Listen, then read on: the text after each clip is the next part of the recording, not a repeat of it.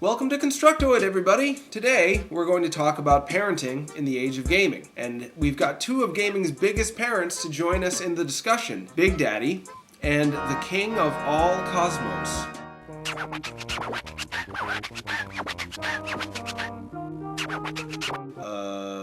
Hey, aren't you going to welcome me, too? Oh, I'm sorry. Everyone, please, welcome little sister to the program as well.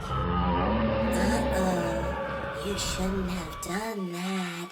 When people welcome me, it makes Big Daddy very nervous. Right. So let's get started.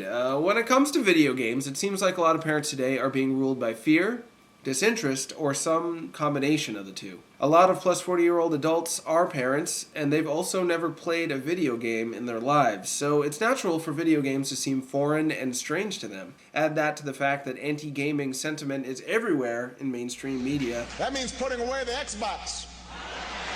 And you can see why these parents might find the world of gaming to be unapproachable at best, and a potentially mind-warping, evil influence on their children at worst. Daddy doesn't allow video games in the house. They might hurt me. No video games, huh? Well, what does he allow then? Giant syringes, headless dolls, insect swarms created by psychic powers, traditional family values. How about books, or movies, or... Of course not. Those things contain ideas.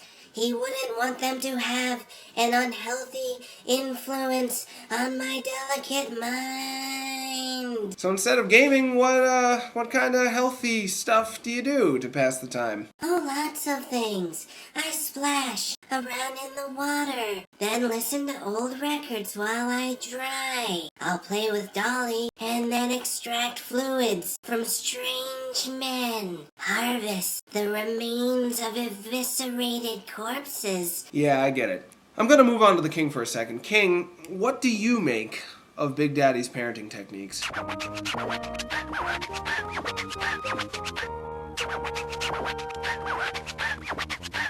What do you mean?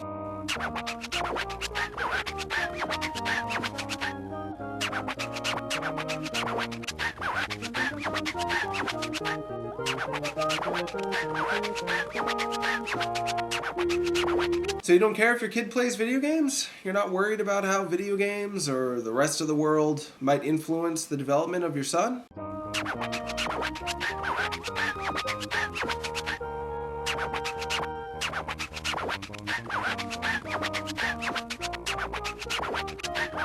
Right, but there is the fact that your son, the prince, is effectively gaming's biggest serial killer. He's destroyed entire planets, including Earth, hasn't he?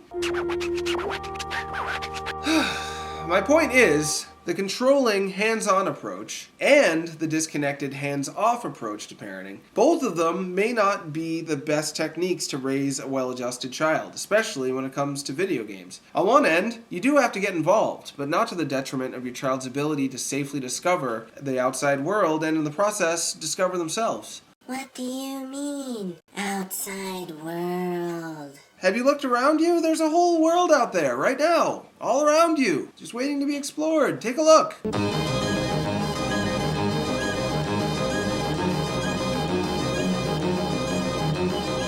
Holy sh**. You're right. Look at all this stuff.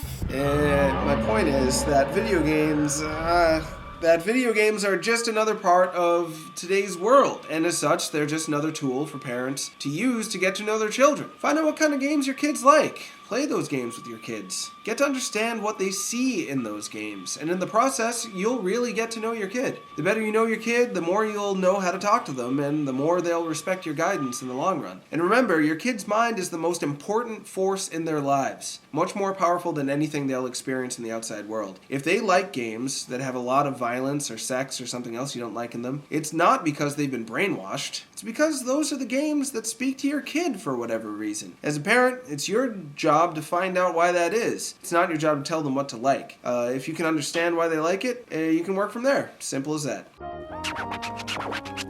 Or keep them safe from all external influences in a submerged underwater layer. Man, I wish my original guest panelist didn't have to cancel. He's the best parent ever. Metal Gear.